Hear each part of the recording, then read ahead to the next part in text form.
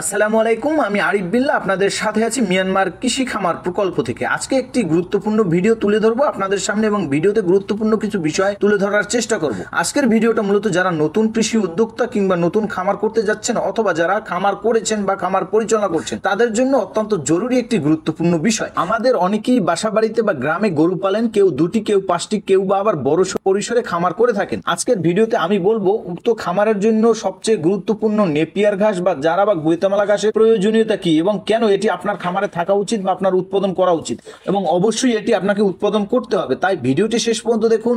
আর এখনো যদি আমার চ্যানেলটি সাবস্ক্রাইব না করে থাকেন তাহলে সাবস্ক্রাইব করুন এবং ফেসবুক পেজটি ফলো করে পাশে থাকুন, আমাদের সাথে থাকুন সব সময়। আসলে নেপিয়ার জাতীয় ঘাস যেমন জারা, গুয়েতামালা ইত্যাদি এই সকল ঘাস শুধুমাত্র গরুর খাবার নয়, এটা একেবারে একটি পুষ্টির ভান্ডার। এতে থাকে প্রোটিন, কার্বোহাইড্রেট, আঁশ বা ফাইবার, ভিটামিন এ, ই, কে এবং খনিজ পদার্থ। তাই প্রত্যেকটা জিনিস যেমন প্রোটিন গরুর পেশি গঠন ও দুধ উৎপাদনে সহায়ক, কার্বোহাইড্রেট গরুর শরীরে শক্তি যোগায়, আঁশ বা ফাইবার হজম ঠিক রাখে এবং পেট পরিষ্কার রাখে, ভিটামিন এ, ই ও কে রোগ প্রতিরোধ, চোখের যত্ন ও রক্তের সুরক্ষায় গুরুত্বপূর্ণ, খনিজ পদার্থ যেমন ক্যালসিয়াম, ফসফরাস ও আয়রন যা হাড়, দাঁত ও প্রজননে সাহায্য করে। আর সবচেয়ে বড় কথা, এতে প্রায় 80% পানি থাকে যা গরুকে রাখে হাইড্রেট ও সতেজ। তাই নিয়মিত নেপিয়ার জাতীয় ঘাস খাওয়ালে গরুর দুধ বাড়ে, শরীর ফিট থাকে আর খামারের খরচ কমে।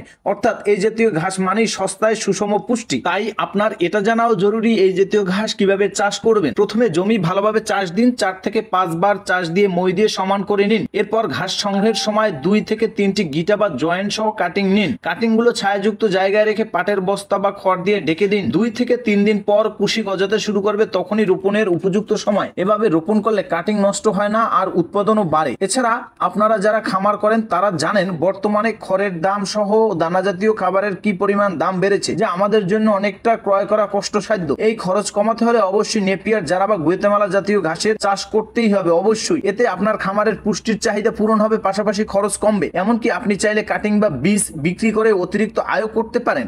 আমাদের পেজে যোগাযোগ করলে আপনি উন্নত মানের কাটিং ও ঘাসের বীজ সংগ্রহ করতে পারবেন। পাশাপাশি চাষাবাদও সহজ, একটু জায়গা পেলেই এই ঘাস লাগানো যায়। তাই আপনি যে কোনো জায়গায় লাগাতে পারবেন, ডোবা নালার আশেপাশে কিংবা বাড়ির আশেপাশে আপনারা সকল জায়গায় এই ঘাসের চাষাবাদ করতে পারেন। নেপিয়ার শুধু গরুর খাদ্য নয়, এটি একটি লাভজনক খামার ব্যবস্থাপনার অংশ। আপনি চাইলে ঘাস চাষ করে নিজের খামার চালাতে পারেন, আবার একই সাথে একটা ছোট ব্যবসাও শুরু করতে পারেন। ঘাসের কাটিং বিক্রি, ঘাস বিক্রি অথবা এই বিভিন্ন জাতের ঘাসের বীজ বিক্রি সহ অন্যান্য উপায়গুলো তো আছেই। তাই যদি আপনি ভিডিওটা দেখে ভালো লাগে তাহলে অবশ্যই চ্যানেলটি সাবস্ক্রাইব করুন এবং ফেসবুক পেজটি ফলো করে আমাদের সাথে থাকুন সবসময়। এরকমের কৃষিভিত্তিক খামার প্রকল্পের নানাবিধ পরামর্শমূলক ভিডিও পেতে অবশ্যই আমাদের সাথে থাকুন এবং ভালো থাকুন। দেখা হবে পরবর্তী কোনো ভিডিওতে। ভালো থাকবেন। আসসালামু আলাইকুম।